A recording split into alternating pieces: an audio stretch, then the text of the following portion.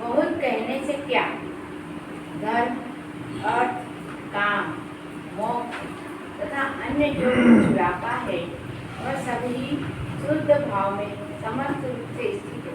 अष्टभाव भाव कौन कुंदाचार्य देव भाव पावर में बहुत ही बढ़िया रहस्य खोलते हैं। ये जीव जब से तो मोक्ष मार्ग शुरू हो जाए और अरहंत बने, उसके पहले के बीच की अवस्था, तो यहाँ से जो मार्ग शुरू होता है तो एकदम से इसकी आहार संज्ञा, मृत्यु संज्ञा, भय संज्ञा ये एकदम से खत्म नहीं हो जाती है। उसको व्यापार, व्यवसाय, शरीर में भी रोग होते हैं, आखिर अनादिकाल का उसका जो भी कुछ कर्म का उदय है वो तो रहेगा। मार्ग में आ गए उससे क्या हुआ, तो वो जो रहता है तो उसके सामने आजीविका की समस्या, खाने पीने की, ये सब रहती है। ऐसा थोड़ी कि ज्ञानी हो गया तो ये सब समस्या खत्म हो गई। उसकी इच्छाएँ रहती है, ब्याह है, शादी है, व्यापार व्यवसाय है, शरीर में रोग है, जिसके लिए पैसे धन की भी जरूरत है, और रहना है तो मकान की भी जरूरत है, ये सब यही सी आवश्यकता। तो अब प्रश्न ये है कि भाई अपने भगवान को आशीर्वाद तो देते नहीं है और इसकी आवश्यकता भी, तो इसकी आवश्यकता की पूर्ति कैसे हो। इसका हल सिर्फ जिनवाने के पास है बस, कि जब से उसकी साधक दशा शुरू होती है तब से उसको उत्कृष्ट जाति का पुण्य का भाव बनता है। तो दो धारा शुरू हो जाती है, एक वीतराग धारा और एक पुण्य की धारा, राग धारा। पाप की भी जो धारा रहती है वो तो है रूप से चला करते हैं, तो उत्कृष्ट जाति का पुण्य होता है उसको। तो उससे उसकी सारी आवश्यकताओं की पूर्ति जगत से सर्वोत्तम होती है। जगत में जितना ऊंचा पुण्य का उदय सम्यक दृष्टि में होता है, उतना ऊंचा पुण्य का उदय किसी का होता नहीं है। मैंने उसके दोनों हाथ में लड्डू है, बहुत अल्प काल में अरहंत सिद्ध भी बनेगा, और जब तक अरहंत सिद्ध नहीं बन पाए तब तक संसार में रोगी, दरिद्री, नीच जाति का नरक कहीं नहीं जाएगा। वो सब सर्वोत्तम टॉप जगह होगी उसको, और वो भी बिना मांगे, और वो उसको चाहता नहीं है, वहीं से छोड़ना चाहता है उसको। और सारी फैसिलिटी उसके लिए रिजर्व है। मैंने जीव को ये भ्रम नहीं रहे कि साबित मोक्ष की बातें करते हैं, मेरे तो आज रोटी खाने को नहीं घर में, मेरे तो शरीर में रोग हो रहा है, इसके हल कौन करेगा?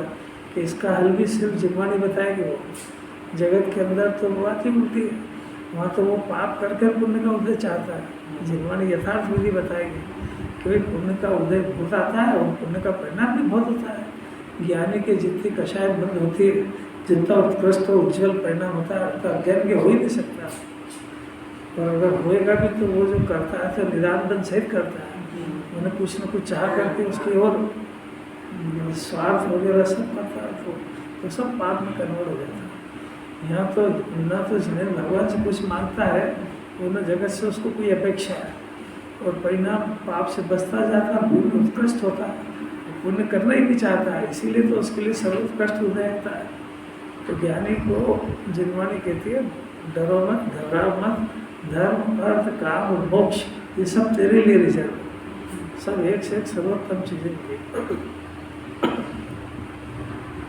कैसी अलौकिक बात। जिनवानी का भगत भगवान बनने के मार्ग में चला, उनको दुखी होगा, उनका भ्रम हो गया उसको, बहुत सर्वोत्कृष्ट लिखा है। यहाँ जगत में भी देखो, लड़की को विदा करते हैं, तो जब विदा करते हैं तो बहुत सारा धन वगैरह देख के करते हैं ना, संसार से विदा हो तो इसको नौकरी करता है, व्यापार करता है, तो नौकरी के अंदर जब नौकरी छोड़ता है तो फेयरवेल पार्टी देते हैं, गवर्नमेंट उसको पैसा देती है, बहुत आखिरी में जाओ आप मजा करो। तो ऐसा ये जीव भी यहाँ से जब संसार से विदा होता है कोई रूखा सूखा नहीं होता, बहुत बढ़िया संतुष्ट होकर के सम्यक दृष्टि को जैसा उदय होता है ज्ञानी को हो ही नहीं सकता है वैसा बाहर का।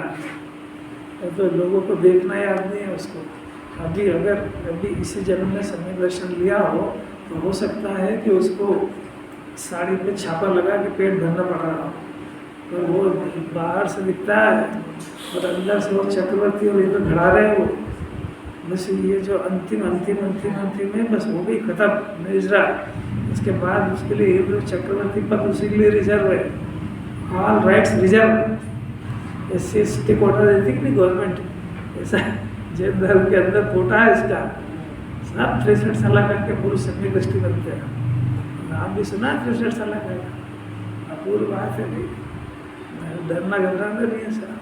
बहुत उत्कृष्ट जैनी को जितना ऊंचा पुण्य होता है वो सहज होता है, करता नहीं है, वांछा नहीं है, उसी के होता है। ऐसे तो जिम्मेवारी ऐसा पारंगत कर देगी उसको, वरना बिगड़ने ही नहीं देती उसको। जितना इतना मुमुक्षु को इतना हल्का और गंदा परिणाम होगा ही नहीं कि वो धन के लिए किसी का मर्डर करने चला जाए, चोरी करने हो इतना ही नहीं, उसको जाति बदल ली उसकी।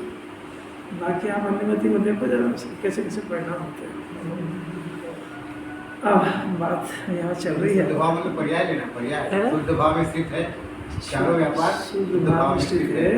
धर्म अर्थ काम और मोक्ष ये जो चारों पुरुषार्थ है ना, तो आनंद सिद्ध तो करने का भी इतना भाव से। और जो पुण्य की धारा है ना साथ में, साधक दशा के अंदर 2 धारा जो होती है, तो पुण्य हो रहा है नहीं हो रहा है कि नहीं, तो उसके बंधन भी हो रहा है ना, तो उसका उदय भी आएगा ना। तो वो जो सामान्य आदमी को जो पुण्य होता है, तो सम्यक दृष्टि को होता है, उसमें बहुत अंतर है। वो पुण्यानुबंधी पुण्य है, उसको न फल की इच्छा है न उस परिणाम की इच्छा है, इसीलिए तो उसको उत्कृष्ट होता है। तो वो मोक्ष मार्ग की आराधना करना चला, इसको देखे ही क्या, इसलिए इसकी कोई जाति अन्यारी होती है। पुण्यानुबंधी पुण्य का उदय न्यारा होता है।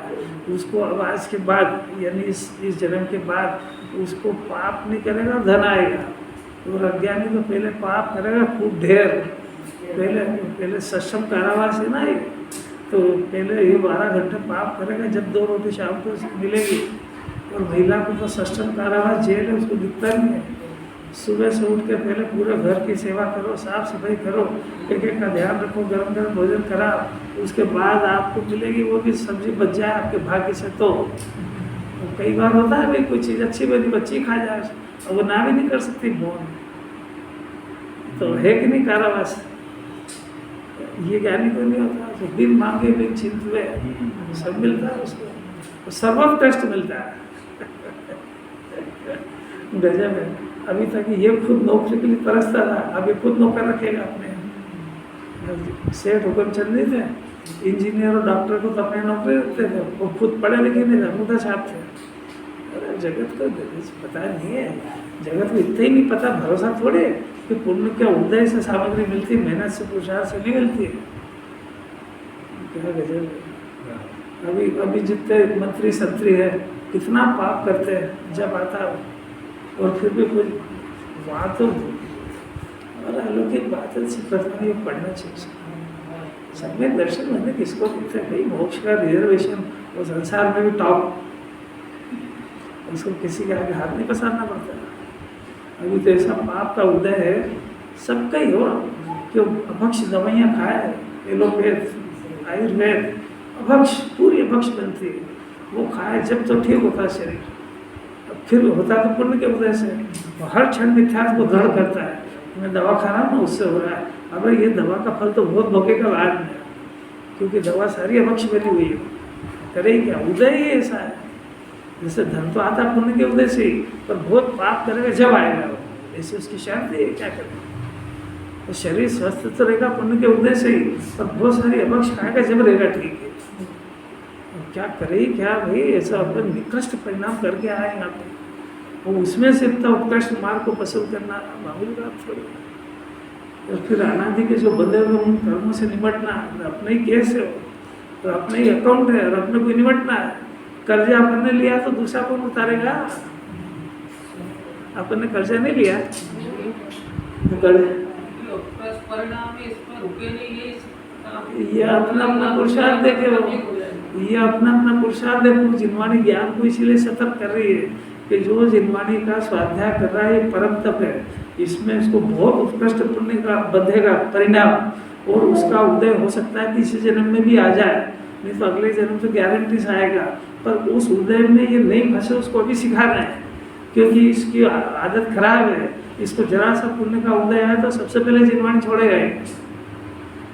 ये खतरा बहुत है, क्योंकि इसको विषयों में सुबुद्धि अनुकूलता पसंद है, और वो पुण्य के उदय से मिलती है, और जैसे वो मिली तो सबसे पहले पुण्य को ही छोड़ेगा। इसलिए जिनवाणी ज्ञान को भी बहुत सतर्क कर रही है कि सावधान रहना, इसमें पुण्य का अधिकारी तू ही है, दूसरा है नहीं। पर तेरे ज्ञान को अगर सजग रखेगा, ये थोड़ा जिनवाणी से टचिंग में रहेगा, तो ये ज्ञान पुण्य के उदय में फंस नहीं पाएगा, और अगर जिनवाणी का साथ छोड़ दिया तो फंसने में देर नहीं लगेगी। आपको समझ में आ रही क्या कोई बात? कितने मंत्रियों के पास जितना धन वगैरह पुण्य का उदय पाप का है, जो समझो वैसा, क्या आपको बुद्धि नहीं है क्या? तो पुण्य का उदय है, तो अब उससे पूछो कि जरा 1 घंटा समय सार सुन ले, वो समझ सकता है। अच्छा, बहुत करोड़ों का बिजनेस चल रहा है, उससे बोलो कि 1 घंटा स्वाध्याय में आया करो, वो आ सकता है? मर जाए नहीं आए वो, तो वो देखेंद्र में जाएगा कैसे? वो तो पुण्य का क्षय करने के लिए तो जन्म ही हुआ उसका। ये तो होश में सुनना चाहिए जिनवाणी, जो समझो काय का समझो। अच्छा बात है, ये तो बहुत अलौकिक बातें चल रही है। देखो, अपनी बात ये है, 300 नंबर की गाथा चल रही है ना, 300 चल रही है। बात है, लोक में ऐसा न्याय है, जो सुबुद्धि को न्याय बनता है वह दूसरे के धनादि को अपना नहीं कहता है। इसी प्रकार जो सम्यक ज्ञानी है वह समस्त पर द्रव्यों को अपना नहीं मानता है। बस हो गया ना, ये तो ज्ञानी हुआ। जैसे सुबुद्धि हुआ, सम्यक ज्ञान हुआ, तो वैसे जानता है कि ये जितनी भी मेरे को सामग्री मिलती है, ये सामग्री अनुकूल जगत कहता है, मेरे क्या काम की है, ये मेरे को सुखी थोड़ी कर सकती है। और दूसरी बात कि ये जो सामग्री है इसका मालिक तो पुण्य का परिणाम है, मैं थोड़ी हूँ। पुण्य का परिणाम अलग चीज़ है, और जीव का ज्ञान अलग चीज़ है। जीव का ज्ञान अपनी प्रॉपर्टी का मालिक है, जीव का ज्ञान पुण्य के उदय का मालिक नहीं है, तो न्यायवान है। अब अज्ञानी तो बड़ा गर्व से कहता है मेरे पुण्य का उदय है, आपका थोड़ी है। मैं मेरे पुण्य के उदय में ठाठ से रहता हूँ, लोग क्यों जलते हैं? किसी अलग की बात है। वो लोगों को बताने के लिए व्यवहार से कह दे भले, पर उसकी प्रॉपर्टी का मालिक बनता नहीं। इसलिए ज्ञानी होने के बाद जितना चक्रवर्ती है, इंद्र है, तो उसको उस वैभव को छोड़ के अगली गति जाने में जरा भी परिणाम खराब नहीं होता है, क्योंकि उसका मालिक बनता ही नहीं है। और ज्ञानी उसका मालिक बने बगैर रहता नहीं है। तो जब वो छूटती है तो फिर जब 100-500 का नोट गिर जाए तो फिर देखो परिणाम कैसे होते हैं। मालिक बना है ना उसका। प्रैक्टिकल भी सीखो जरा सा, उसको भिन्न जानना सीखो तो सही। यही तो पुरुषार्थ है कि जब उसका कीमती सोने की अंगूठी गुम जाए, चूड़ी गुम जाए, कीमती सामान गुम जाए, और वो अपने परिणामों में हाथ ध्यान नहीं करे, अपने परिणामों को हल कर ले, तो जिनवाणी कुछ पड़ी। इतने सारे तो मंत्र है, क्रमबद्ध है, स्वतंत्र है, उद्गल है, अपना कोई वास्ता नहीं है। जितने समय रहना था उतने समय रहा। हजारों है लगा तेरे पास, जितना भी तेरी समस्या का हल कर, तेरे आराध्यान करने से मिलेगी थोड़ी कोई, इतना ही तो समझाना है। तो पहले थी जब कौन सा सुखी था, तो जाने से कौन सा दुखी हुआ? तृष्णा से दुखी हो रहा है। इतना हल करना आना चाहिए उसको। पहले आपको जो बोला वो समझ में आया कि नहीं? वो तो सब समझ में आ गया। मेरे को काय को बिठाते हैं जब सब समझ में आ गया था। अब बोलो,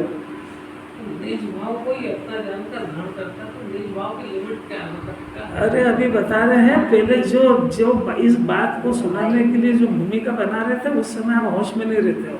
बात तो यही है, सुनने का तरीका है कि जब जो बात सुनाना उसकी पहले प्राथमिक भूमिका बनाई जाती है तो हृदय सॉफ्ट होता है। तो अपन हृदय को सॉफ्ट करे बगैर ही आगे बढ़ते हैं, इसलिए ना वो समझ में आती ना ये आती। अब अभी इतनी बात बोली अगर ये समझ जाए तो तब जिनवाणी सुनने की पात्रता आती है, क्योंकि इसका ज्ञान उसी समस्या में उलझा हुआ है। बस इतना समझना चाहिए ना उसको, इसका ज्ञान उसी समस्या में उलझा है जिसका भी हल बताया, उतना सॉफ्ट हो फिर ये बात समझाएंगे। देखो लोक में ऐसा न्याय कि सुबुद्धि न्यायवान किसको कहते हैं कि दूसरे के धनादि को यानी पुण्य के उदय को अपना नहीं मानता, कहता नहीं मैंने अपना नहीं मानता है। तो पहले आप न्यायवान बनने की तो विधि सीखो,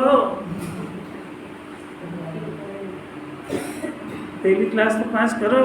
अब फिर ये तो हुआ दृष्टा सिद्धांत। इसी प्रकार सम्यक ज्ञानी समस्त परद्रव्यों को, परद्रव्य कौन से? तो इधर ही संयोग कर्म और भाव कर्म भी ले लेना। भाव कर्म भी ले रहा है वहाँ पर। जब परद्रव्य को अपना परद्रव्य के नो कर्म को परद्रव्य कहने में ताकत लग रही है तो भाव कर्म को कैसे कहेगा? वो आचार्य तो धीरे धीरे भाव कर्म को ही परद्रव्य कहने की उधर ही ला रहे हैं उसको। लक्षण ही भिन्न है। तो ये किसी अलौकिक बात है राकेश जी, जरा एंगल को समझना चाहिए। आचार्य के हृदय को पकड़ने का प्रयत्न करना चाहिए। आगम के अंदर और अध्यात्म में अंतर है। आगम की पढ़ाई में अपने से भिन्न परद्रव्य को, कर्म के उदय की सामग्री को परद्रव्य कहते हैं। अपनी जो सत्ता है ना, आत्मा की सत्ता से बाहर, उसको परद्रव्य कहते हैं। आगम में तो स्थूल है, इसे समझेगा। पर अध्यात्म के अंदर तो जो इसके अंदर जो परिणाम हो रहे हैं वो परिणाम को जिनवाणी परद्रव्य कहने की तैयारी में है। अभी अगली परिभाषा आ रही, गाथा आ रही है कि जो परद्रव्य को अपना मानता हो चोर है, तो उसको अपना मानता हो तो चोर है ही सही। जो इन परिणामों को अपना मानता है, क्योंकि इस परिणाम को जिनवाणी परद्रव्य कह रही है। अरे कुलकुंडाचार्य के हृदय को पकड़ने का प्रयत्न करो जरा। परद्रव्य क्यों कहा आपने उसको? अपने परिणाम को तो सोचो जरा। कुलकुंडाचार्य को दिमाग खराब है उनका जो कह रहे हैं मेरे अंदर जो परिणाम हो रहा है इसको आप परद्रव्य क्यों कह रहे हैं? कि भाई वो जो बाहर की जो सामग्री मिली है उसकी तो जाति न्यारी है, और उसका द्रव्य क्षेत्र काल भाव सब कुछ न्यारा है। वो चाहे चेतन हो चाहे अचेतन, वो सारा का सारा परद्रव्य। इतना तो मान तुम, इतना मानेगा तो ये थोड़ी जिनवाणी समझने की पात्रता बनेगी। अगर तू उनको भी परद्रव्य नहीं समझ पा रहा तो बहुत संसार भटकेगा, क्योंकि जितने सारे पाप करेगा सब परद्रव्य के पीछे ही होते हैं। एक बात समझ आई आगम की परिभाषा, परंतु इससे मोक्ष मार्ग शुरू नहीं होएगा। मोक्ष मार्ग की दूसरी क्लास है कि इसके अंदर ही जो परिणाम उत्पन्न हो रहे हैं, कौन से हो रहे हैं? कि पाप के हो रहे हैं, पुण्य के हो रहे हैं, मिथ्यात्व के हो रहे हैं। मिथ्यात्व को याद रखना साथ में। ये तीन परिणाम निरंतर चल रहे हैं, जिसमें पाप और पुण्य का तो पकड़ में आ जाता है, मिथ्यात्व का पकड़ में नहीं आता है। अब जिनवाणी इसको कह रही कि परद्रव्य है, इस आप मेरे को समझा तो मैं मान लूँगा कि भाई ये जो तेरे ज्ञान स्वभाव है, क्योंकि स्वद्रव्य परद्रव्य की परिभाषा हम लेते आ रहे हैं, तो तेरा जो ज्ञान स्वभाव है उससे ही अनमेल परिणाम है।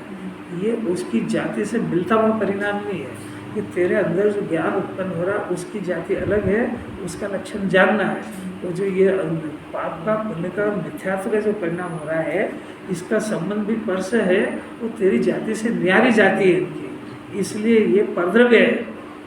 हम वो परद्रव्य कह रहे हैं, वो तो अब वो हो गई बात। हो तो हम यहाँ जो कह रहे हैं यहाँ लेके आते रहे उपयोग को, और इस परिणाम को पर के खाते में डाल के परद्रव्य क्या हो, तो फिर तो खुद ही समझ जाएगा कि जब पाप का परिणाम ही परद्रव्य है तो इसके पुण्य का परिणाम परद्रव्य है, तो इसमें जो बंदे कर्म और उससे मिला धन वो मेरा कैसे होएगा? तो देखो कहाँ से कहाँ ले जा रहे हैं आचार्य को।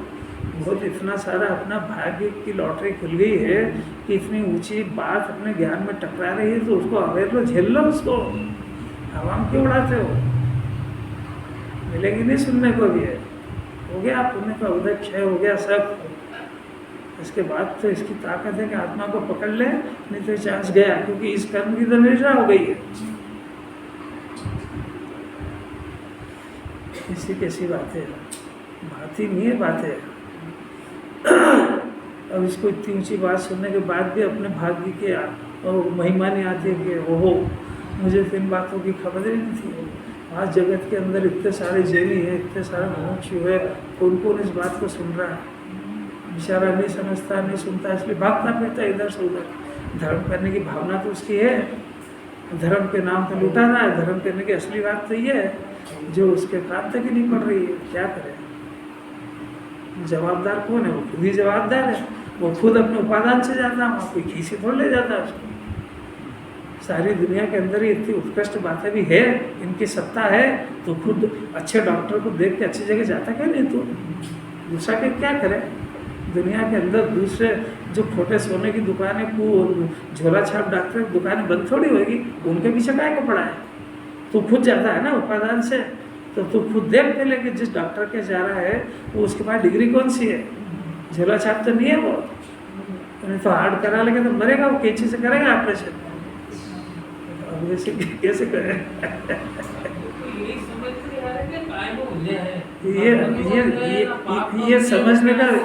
ये समझने का प्रयत्न नहीं कर रहा है, इसीलिए तो भटक रहा है। क्यों नहीं समझने का प्रयत्न कर रहा है? काय में उलझा? संयोगों के एकत्र बुद्धि में उलझा हुआ है। जो संयोग मिले बस ज्ञान उसमें चेट गया, उससे दूसरे आगे कोई बात सुनना नहीं चाहता है। ज्ञान सिर्फ ये चाहता है कि जो मेरा संयोग है छूटे नहीं, दूसरी बात मत करवा, और दूसरी बात है और संयोग कैसे बढ़े विधि बतावा। इसके अलावा ज्ञान को सुनना पसंद नहीं कर रहा है, और यहाँ बैठा है मजबूरी में, पर सुहा रही नहीं उसको ये बात। उसको अंदर में सुहाने की बात वो है कि आप मेरा संयोग नहीं छूट जाए, ये बात बोलो उसके अंदर, तो मैं आऊँगा। आपको पता क्या है जीव कितना खतरनाक है? जरा अपना कलेजा टटोल के देखना जरा। अभी आपको यहाँ पे कोई संयोग की बात बताएंगे तो जल्दी पकड़ेगा वो, और जब स्वभाव की बात करेंगे तो क्या यार कोई समझता आती नहीं क्या बोल रहे हैं। मोपन जी थोड़ी थोड़ी समझ नहीं आ रही है। अरे जो अपन रात दिन घर पे विचार करते हैं और वो जो जिनवाणी की धारा चलती है, तो दो में कोई अंतर है कि नहीं है? क्या करें अंकित? अगर जो अपनी धारा चल रही है वो यदि सत्य होती तो उसके फल में संवर का जन्म होना चाहिए, उसके फल में मोक्ष मार्ग शुरू होना चाहिए, उसके फल में सम्यक दर्शन होना चाहिए, उसके फल में शांति होना चाहिए। अगर वो रिजल्ट नहीं आ रहा है तो तेरा जानना, मानना, सोचना, पढ़ना सारा विपरीत है। क्या करेगा?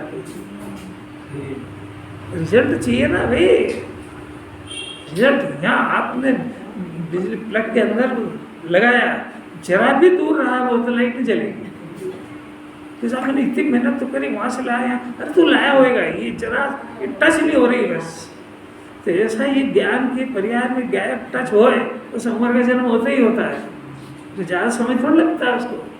तो तेरी मेहनत यथार्थ में नहीं चल रही है, चल तो रही है पर उल्टी चल रही है, वो तो समझ नहीं पा रहा है, उसी के लिए यहाँ आ रहा है। वो क्या गलती होगी वो रोज बताएंगे थोड़ी थोड़ी, किस दिन कौन सी पकड़ में आ जाए इसको। आपको अच्छी लगे कि नहीं लगे, कुंकुंदाचार को तो कोई परवाह है नहीं। आपको बुरी लगे कि साहब मेरे परिणाम को मैं इतनी मेहनत से तो पुण्य कर रहा हूँ, आपको पता भी है घर छोड़ के मंदिर में जाना, इतना दान देना, इतना कितना ऊंचा परिणाम कितनी मेहनत से होता है, और आप क्या कह रहे हो ये पंद्रह है, और मैं कैसे सुन लूँ? मैंने अभी तक तो ये सुना कि शतावश्यक में मेहनत करो, पुरुषार्थ करो, क्या घर में पड़े रहते हो। और जब इतना मेहनत करके मैं पुण्य करने आया, वो इतना पुण्य किया, और फिर आप सुना दो कि 15 है, अरे बाप रे मैं कैसे सुनूँगी? इसीलिए तो कई लोगों ने छोड़ दिया, पर छाती फट जाएगी तेरी। 15 इसलिए कह रहे हैं ये स्वधर्मी नहीं है, तो तेरी बुद्धि है, पात्रता है, तो स्वधर्मी क्या है ये पूछ, इसको छोड़ने की बजाय। तेरे को मन में ये शंका बिल्कुल मत कर कि मैं अभावित नहीं हूँ, जो अभावी होता हूँ ये घुस ही नहीं सकता है। ये घुसना तेरे भविता का चिन्ह है। जो अभावी हो तो पहले से बाउंड्री के बाहर है, घबरा था काय को, फिर काय को तेरा शंका? आपको कोई बात समझ में नहीं आ रही? इतनी पावरफुल बात है, सा ढीला ढीला मरा मरा क्यों सुनता है?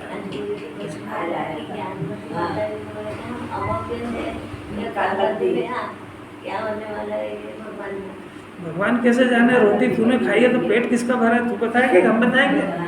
अरे डॉक्टर खुद ही पूछता है कि तूने गोली ली तो ठीक लग रहा है कि खराब लग रहा है, हम बताएंगे कि तू बताएगा? तेरे को जिनवाणी पसंद आ रही नहीं आ रही, तू तेरे को पता लगेगा।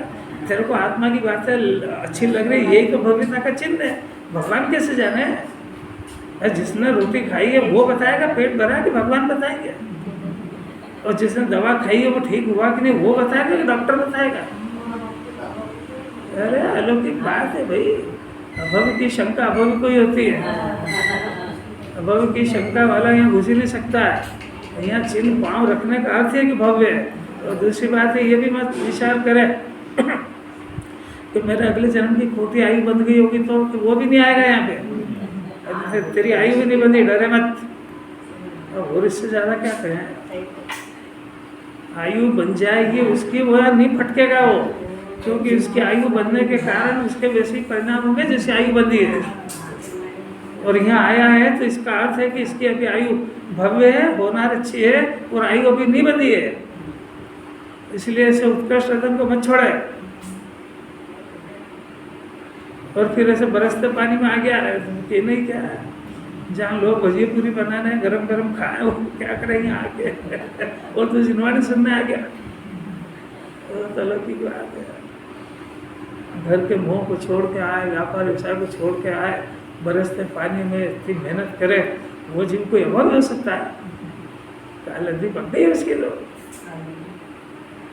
बस खास बात इतनी है कि जिनवानी जितना लेवल का पुरुषार्थ मांग रही वो नहीं कर पा रहा है, और ये भी नहीं समझ रहा कि मैं क्यों नहीं कर पा रहा। ये जिनवानी बताएगी, रोज बताएगी। क्या करें धर्मचंद साहब, थोड़ी थोड़ी भी पसंद आ रही है कि नहीं।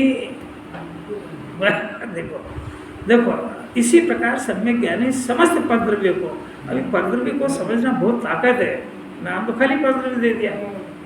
परद्रव्य को अपना नहीं मानता है, किंतु अपने निज भाव को ही, निज भाव को का अर्थ ये होता है कि ज्ञानी होने पर उसके ज्ञान की पर्याय को अनादि से जो काम नहीं मिला था वो काम मिल गया। क्या काम मिल गया? कि वो ज्ञान की पर्याय अनादि से परद्रव्य का आश्रय ले रही थी, तो परद्रव्य कोई आश्रय तो दे नहीं रहा था, तो उसका आश्रय लेने पर इसको एक परिणाम पैदा हो रहा था। उस परिणाम का नाम है परभाव, उस परिणाम का नाम है मिथ्यात्व का परिणाम, उस परिणाम का नाम है पाप और पुण्य का परिणाम, इसका नाम है पराश्रित परिणाम। और जब जिनवानी बार बार सुनी तो इसके ज्ञान को जिनवानी ने, आचार्यों ने काम दिया कि भाई ये तो तू आश्रय पर का ले रहा था, तेरे को आज तक दिया नहीं किसी पद में आश्रय, तो तू एक बार जरा जिनवानी के कहने से तेरे मुख की डायरेक्शन बदल दे और अपने स्वभाव का आश्रय ले ले। तो जो ज्ञान की पर्याय जिस द्रव्य स्वभाव में से उत्पन्न हो रही है वो उसको भूलिए और उसके द्रव्य स्वभाव का आश्रय ले लेगा तो एक परिणाम फिर पैदा होएगा। तो वो परिणाम स्व के आश्रय से होएगा परिणाम, उसको निज भाव कहते हैं, क्योंकि वो निज के आश्रय से हुआ है। तो निज के आश्रय से होने वाला परिणाम निज भाव है और पर के आश्रय से होने वाला पर भाव है। इसलिए दो टप्पी बात को आ जाएगी समझ में। तो अभी सब मेरे को ये बताओ अभी तक क्यों नहीं पैदा हुआ? अभी इसलिए नहीं हुआ कि तू जो पर भाव है तो उसी को निज भाव मान रहा है, तो तेरे को निज भाव कैसे जन्म होएगा? दूसरी बात है कि जो पर भाव है उसमें दुख हो रहा है, तेरे को समझ नहीं आ रहा है कि दुखी हो रहा है, क्योंकि वो कभी सक्सेस हुआ ही नहीं आज तक। कि जो तूने उसके पीछे परिणाम करा तो तूने दो तरह के परिणाम करे। कौन से? एक तो जिस पदार्थ को आश्रय लिया उसको अपना बनाने का और टिकाने का प्रयत्न करा, तो सफल कहाँ हो पाया तू बता दे। और दूसरा है कि तूने उसमें मेहनत करी कि इसमें से सुख आ जाए, तो तू तेरे को सुख आया हो तो तू बता दे। तो जब तेरे ये दो काम नहीं हो रहे तो अनंत काल होंगे भी नहीं। तो ये धंधा छोड़ दे, ये घाटे का धंधा है। इसी दो टप्पी बात समझ में आ जाए तो ये खुद ही पूछा कि क्या करूं? अरे भाई तू अपने स्वभाव का आश्रय लेगा तो एक स्व के आश्रित परिणाम होगा, क्योंकि परिणाम तो दोनों परिस्थिति में पैदा होगा। तो पर का आश्रय लेगा तब भी होगा और स्व का आश्रय लेगा तब भी होगा। तो जो स्व का आश्रय लेगा, एक बार जिनवानी के कहने से अगर स्व का आश्रय लिया और निज भाव अगर जन्म हुआ तो तेरे को उसके अंदर निर्विकल्पता, निशांति, क्योंकि वो स्वाधीन परिणाम है, उसमें किसी तरह की पराधीनता नहीं है, उसमें तेरे को आनंद आएगा, अतीन्द्रिय आनंद आएगा, पराधीनता टूटती जाएगी। और पर भाव में तो पर का लक्ष्य करना पड़ता है, पराधीनता है, उसमें कर्म के उदय की अपेक्षा है, इसमें कर्म के उदय की अपेक्षा नहीं है। ये बात जिनवानी समझाएगी। अब समझाएगी, समझे कौन? क्या करे आपके? ये अपने उपयोग को वहां से हटाकर सवाल ये काम कौन करे? आचार्य यहाँ नहीं कर सकते, बस आचार्य की मर्यादा नहीं है। कितना ही बीमार हो बच्चा तो दवा तो उसी को खाना पड़ेगी। माँ कितने भी करुणा करे उसके बदले तो दवा नहीं खा सकती। जगत में भी ऐसा नहीं होता है। तो यहाँ बस कितने भी आचार्यों की करुणा हो, ज्ञानी की हो, ये काम वो नहीं कर पाएंगे। आपको अच्छी भी लग रही है कि नहीं लग रही है, तो आधी लाइन कितना जहाँ समय सार तो क्या अमृत है, तो ये तो समझना चाहिए उसको। जब जब सुने ना, इसको लगना चाहिए कि गुरुदेव का जन्म तो मेरे लिए हुआ, और उनकी होनार की तो उनके छोड़ दो। अगर वो महापुरुष अपने को अपनी इस जन्म में अपना उनका ये बेटा नहीं होता, नहीं मिलती, तो ये समझाता मेरा कोई है ही नहीं हिंदुस्तान में, अभी भी नहीं है। ये परभाव निजभाव का अर्थ कोई ज्ञानी निकाल नहीं सकता है। क्या कह रहे हैं अंकित? अभी तो जब कोई अर्थ जानकारी नहीं है इस बात का, तो ये सही मेहनत एक्सरसाइज करें कहाँ से?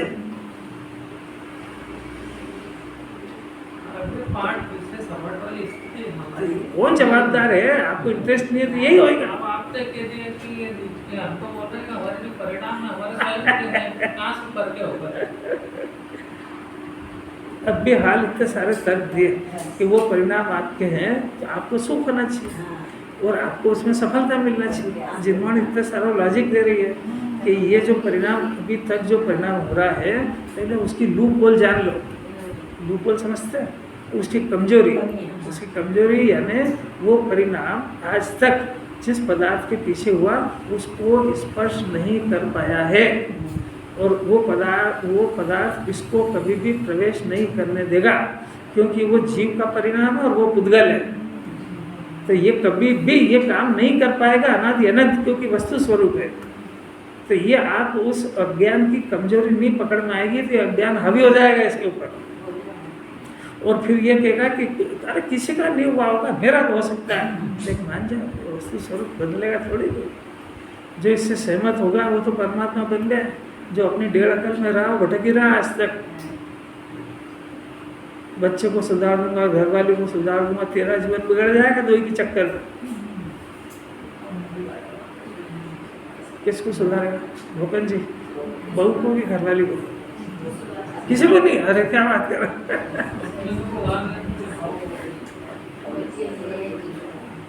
ये समझ ही नहीं पा रहा कि मेरा को जो जीवन मिला, मेरा भाव सुधारने के लिए मिला, उनके लिए थोड़ी मिला है कोई। वो तो तू जितनी सलाह देगा ना उतना तेरे को बेवकूफ देखेंगे। अरे यार ये शांति से बैठते भी नहीं, बैठने भी नहीं देते यार। ये कि मैं तुम्हारा हित चाह रहा हूँ, और जिसको अपना हित आ गया हो करना वही जानता है। तेरे हित करना नहीं आता, तू क्या करेगा उसका? उसका हित करने के नाम पे अपनी कषाय का पोषण करता है भ्रम जीव को। वो भी समझता है मेरा हित क्या करेंगे, मैं खुद ही सब समझता हूँ, क्या करेंगे मेरा हित। इस भाव को अपना जान के इस आचार का तो तृप्ति नहीं होती है कि अभी और कलश मेरा सुनो श्लोकार्थ सुनो, पढ़ो 185 नंबर का श्लोक।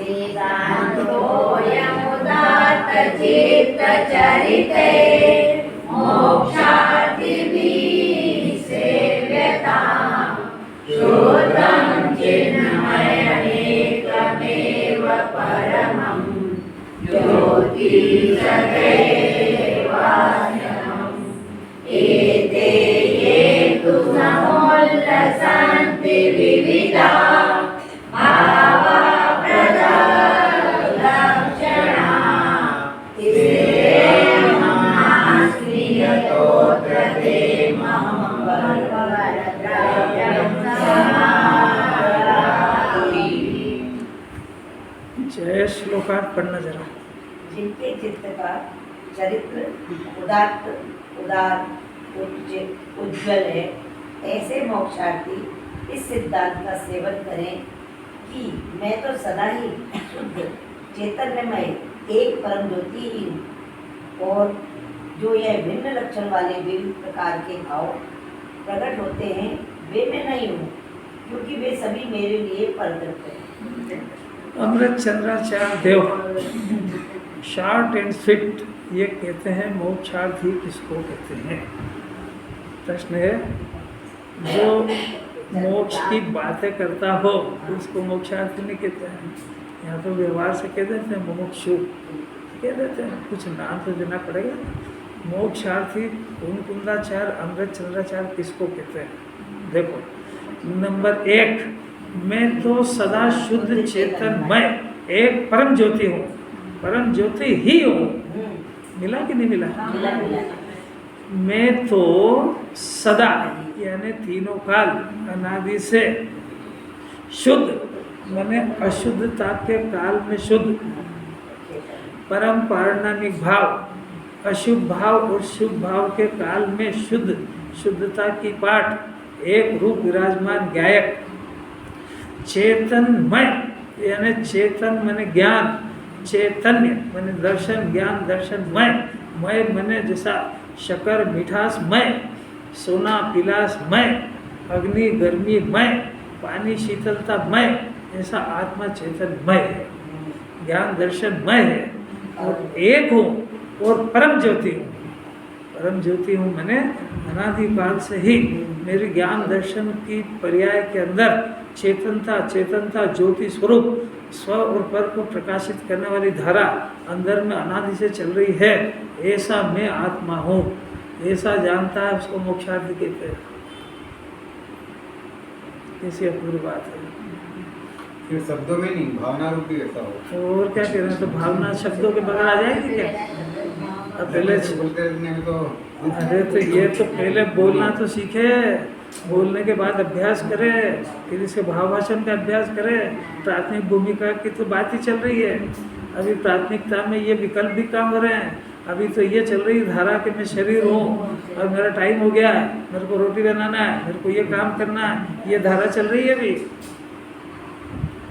ये धारा को तोड़ने के लिए ये धारा करो पहले विकल्पात्मक, इतना पावरफुल स्ट्रांग होना चाहिए कि उससे पूछो काय के लिए कर रहे हो, सम्यक दर्शन चाहिए क्या कि नहीं चाहिए? बोले है किसी की ताकत बोलने की सम्यक दर्शन चाहिए कि नहीं चाहिए?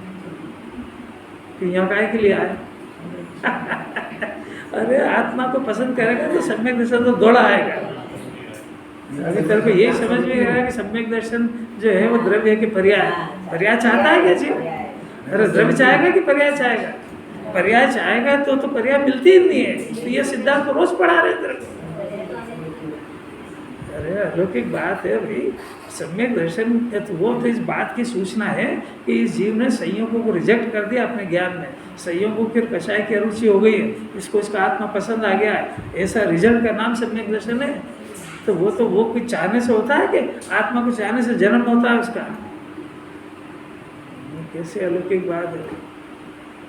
धन तो चाहिए, मैं दुकान खोलूंगा, ना मेहनत करूंगा, ना नौकरी करूंगा, और धन चाहिए तो काय से होगा? उसके कारण बगैर थोड़ी होता कार्य।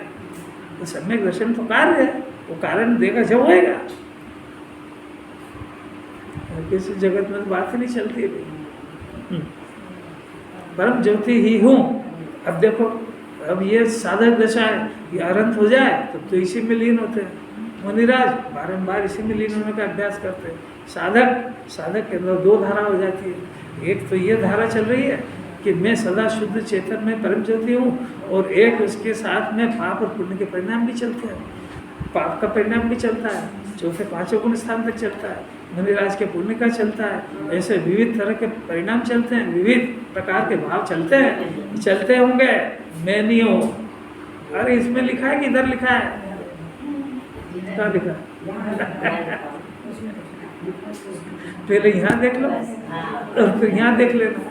और यहाँ का मैं नहीं हूँ, तो अब ये मैं हूँ जब भी जिनवाणी कह रही ना, कैसा मैं हूँ ऐसा मान रहा है, तो उसका जरा चिंतन बदल दो, उसके स्वर बदल जाए तो मोक्षार्थी हो जाएगा। और अगर मैं हूँ भटकेगा बुरी तरह से, क्योंकि जिसको तूने मैं माना है उसको पकड़ेगा, संभालेगा और वो छूटेगा। ये वस्तु स्वरूप है।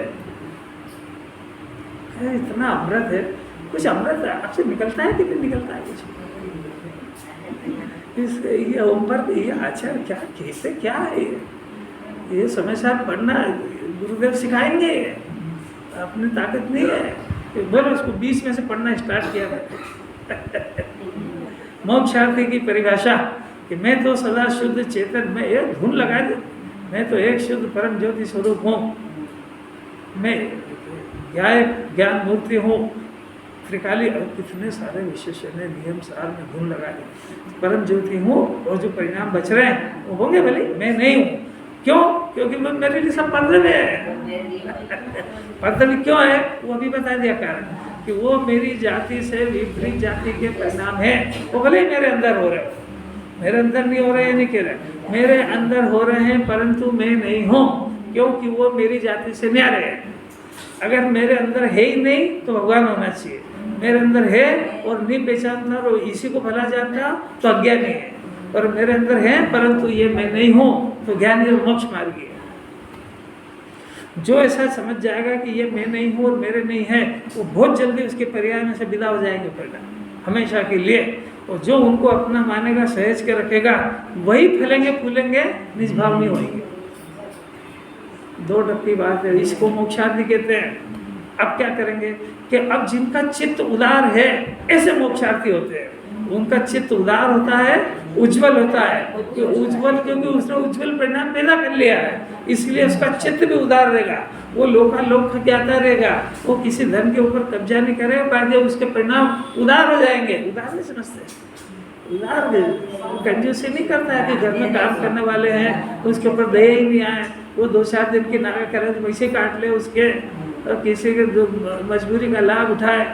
सब्जी वाला बेचारा बूढ़ी सूढ़ी पैसे भी औरत बीमार सीमार हो रही हो, उससे भाव करेगा और वो डॉक्टर के यहाँ जाकर 500-1000 लेके आएगा। इसको उदार चित्त नहीं कहते, इसको मूर्ख कहते हैं। बिल्कुल तेरे पास क्या कमी है? गरीबों के ऊपर दान करने की ठेकेदारी जवाबदारी तो जेने की है, पैसेनियों की है क्या? वहाँ उसका चूस ले बिल्कुल। बहुत ताकत है ऐसे परिणामों को करने में। तो घर वालों की दया नहीं आए, उसको घर वालों की दया आ जाए। अब तो बहुत सुधर गया जमाना, वही थोड़ा समय से और पढ़ने लगे तो परिणाम सुधरने लगे। नहीं तो सास बहू की कथा फेमस होती थी, वो ऐसा कहे कि भैया हमने जितना दुख पाया हम तो बहू को देंगे उतना, और बाप रे बाप उदार परिणाम करो जरा। फंस गया मजबूरी में, वो कोई ऐसे ही पाप करे जो किसी कब्जे में फंस गया हो, 1, 2, 3, 4 सब कुछ जेलर की तरह उसकी छाती में खड़े हुए, कैसा जीवन निकाले उसको, उसकी वही जानता है। चित्त जरा उदार रखो उसको, हर जीव को कर्म के उदय से देखना सीखो उसको। दया का पात्र है वो, आज वो किसी असाता के चक्कर में फंस गया है वो, तो तुम जैसे दुष्ट मिल गए उसको, तो जरा दया करो, अपने परिणाम भी सुधारो, अपनी वजह से उसको कष्ट नहीं हो ये भी सोचो जरा, उदार करो परिणाम, तो मोक्ष मार्गी होता है।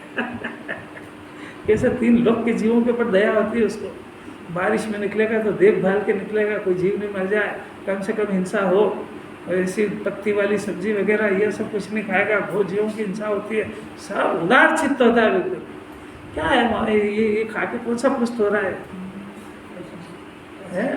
उदार चित्त होना चाहिए, किसी जीव को अपनी वजह से कुछ नहीं होए। धन कहाँ अपना है, किसी के काम आता है तो अच्छी बात है, उसके पीछे अपने परिणाम अपने क्लेशित करे, कोई बात नहीं पसंद आ रही होती है, वो ताकत है। ऐसे जिनका चित्त उदार है, उज्जवल है, उसको मोक्षार्थी कहते हैं। और मोक्षार्थी उसको कहते हैं जब मैं चेतन में परम ज्योति हूँ, उसकी ये भाव में नहीं हूँ, क्योंकि ये मेरे लिए सब परद्रव्य है। आचार्य ने, अमृतचंद्राचार्य ने इन परिणामों को परद्रव्य सिद्ध कर दिया यहाँ पे। अभी तक तो वो कहते आए थे कि परद्रव्य पर है, कर्म के उदय की मिली हुई सामग्री वो परद्रव्य है। आज अमृतचंद्राचार्य ने घोषणा कर दी है कि वो जो पर के पीछे होने वाले परिणाम है सब परद्रव्य है। कोई पची क्या बात है? कोई पची? अंकित अब आचार्य को अगली गाथा की सूचना देते हैं कि अब मैं कहूँगा कि परद्रव्य जो अपने मानता है चोर है। शुद्ध चेतन में लिखा है तो क्या शुद्ध चेतन में भी होता है? आपको मैंने शुद्ध चेतन में की परिभाषा बताई थी, तो आपने क्या सुनी पहले ये बताओ। समझ में आती नहीं, समझ में नहीं, क्या सुनी ये बताओ। समझ जाए तो मैं दूंगा वापस से, आपने सुना क्या ये बताओ आप। क्योंकि अपनी आदत ही नहीं सुधारते। अरे पहले सुनना तो सीखो, फिर समझा देंगे। जीव के अंदर 2 हिस्से हैं, एक त्रिकाल शुद्ध आत्मा है और एक परिणाम पाप पुण्य के, हिंसा, झूठ, चोरी के, मिथ्यात्व के परिणाम भी है। तो ये जो परिणाम है ये अशुद्ध परिणाम है और आत्मा शुद्ध है। तो वो जो ये शुद्ध है तो आत्मा को देखो ना, जो ऐसा शब्द लिखा है इतना सुंदर, सदा शुद्ध चेतनमय परम ज्योति हूँ। तो ये जो परिणाम है मिथ्यात्व के और 25 तरह की कषाय के, ये अशुद्ध परिणाम है और ज्ञान है वो शुद्ध है। क्योंकि ज्ञान को बेनश्री के वचनामृत में है, ज्ञान को जमनी लगती है, क्योंकि वो जो अशुभ परिणाम है ना, मिथ्यात्व का, हिंसा, झूठ, चोरी, कुछ ये परिणाम है, ये परिणाम ज्ञान को स्पर्श नहीं करता है, तो इसलिए ज्ञान को जमनी लगती है। तो ज्ञान अग्नि को दीमकने लगती है, ऐसा इस ज्ञान को वो अशुभ परिणाम छूता नहीं है। वो इस ज्ञान को परिणाम छू तो जली जाए वो, जैसा अग्नि में उदी आ जाए तो जल जाए कि नहीं, ऐसा ज्ञान में अगर वो परिणाम आ जाए, परिणाम भस्म हो जाए, तो वो वस्तु स्वरूप ऐसे ही है। तो ज्ञान को हमेशा शुद्ध ही रहता है वो। तो जब ज्ञान की पर्याय शुद्ध रहती है अज्ञान दशा में, तो आत्मा शुद्ध होएगा कि वह उस शुद्धता को नहीं जान रहा, ये अशुद्धि बस। शरीर है नहीं और अपने को शरीर जान रहा है, यही अशुद्धि। और कोई अशुद्धि नाम की कोई चीज़ नहीं है। ऐसा नहीं है कि वो दूध के अंदर पानी मिला दिया तो दूध के अंदर पानी मिलाने के अंदर दूध अशुद्ध हुआ कि पानी अशुद्ध हुआ?